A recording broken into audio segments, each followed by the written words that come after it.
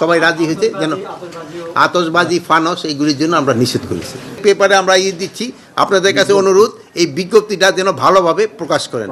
কোনো বিদেশি অবৈধভাবে বাংলাদেশে থাকতে দেওয়া হবে না, কোনো বিদেশিকেই অবৈধভাবে বাংলাদেশে থাকতে দেওয়া হবে না। এটা আপনারা ভালোভাবে এই নিউজটা করবেন এবং এই যে আমাদের যে বিজ্ঞপ্তিটা এটা খুব ভালোভাবে আপনারা প্রচার করে দেবেন। কতজন আছে বলে আপনাদের কাছে কোন দেশের এই কতজন আছে এই স্ট্যাটিস্টিক্সটা আমাদের কাছে এখনো নাই। যদি স্ট্যাটিস্টিক্সটা নাই, ওইটা যদি থাকতো তো আমি বলে দিতাম যে এতজন আছে। অনেক দেশেরই আছে, আমি কোনো দেশের নাম মেনশন করতে চাচ্ছি না, বাট কোনো দেশেরই আমরা এই অবৈধ নাগরিককে বাংলাদেশে থাকতে দিব না। সীমান্ত পুরাই অ্যালার্ট। ওই ওরা শুধু সিলেটে নয়, বেনাপোল এবং অন্যান্য ইসেও তারা কী করছে, এইটার কিন্তু প্রতি উত্তর আপনারাই সবচেয়ে বেশি দিতে পারেন। আপনারা সত্যি খবরটা প্রকাশ করে দেন, ওদের যে মিথ্যা যে খবর প্রচার করে ওদের মুখে চুনকালি পড়বে।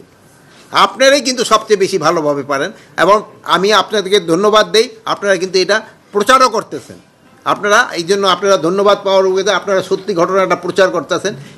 এইটারে প্রচারটা আরও একটু বাড়ায় দিলে সবচেয়ে ভালো হয়। আর আমাদের যে ইংলিশ চ্যানেলে যেসব খবরগুলি হয় সেই সময় যদি একটু আপনারা একটু বেশি বলে দেন তাহলে সুবিধা হয় কি, বিদেশিরা তো অনেক সময় আমাকে বাংলাদেশি তো সবাই বাংলা তো বোঝে না, তারা বিদেশিরও বুঝতে পারে। আপনাদের কাছে অনুরোধ, যেসব আপনারা ইংলিশ খবরটা পড়েন বা ইংলিশের যেমন আপনাদের অনুষ্ঠানগুলিতে এইগুলিতে আপনারা এইটা বোঝেন।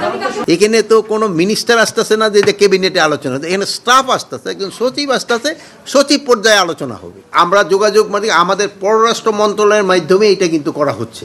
আর প্লাস ধরেন যে ইসে আছে যে আমাদের বর্ডার সিকিউরিটি ফোর্স এবং অদের সিকিউরিটি ফোর্স এইভাবে এরও বলে দেয়, মানে এদের সাথেও হয়। কিন্তু আমাদের এই জিনিসটা পররাষ্ট্র মন্ত্রণালয়ের মাধ্যমেই হয়।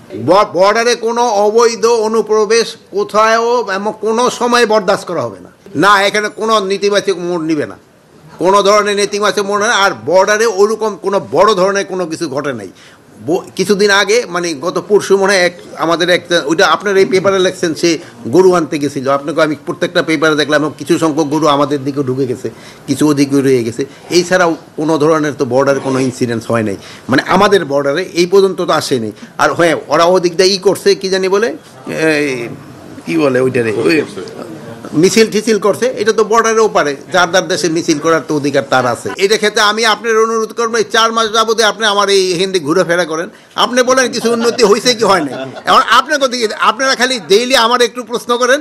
আমি আজকে আপনাদের প্রশ্ন করলাম 4 মাসে আগের, এই 4 মাসের আগের যে অবস্থা, এর থেকে কি কোনো না না না না সচিবালয়ের না, আপনারা তো সব সচিবালয়ের খবর দেন না, তো আপনারা তো পুরো দেশের খবর রাখেন। হ্যাঁ, এই আপনিই বলেন কিছু উন্নতি হয়েছে কি হয় নাই।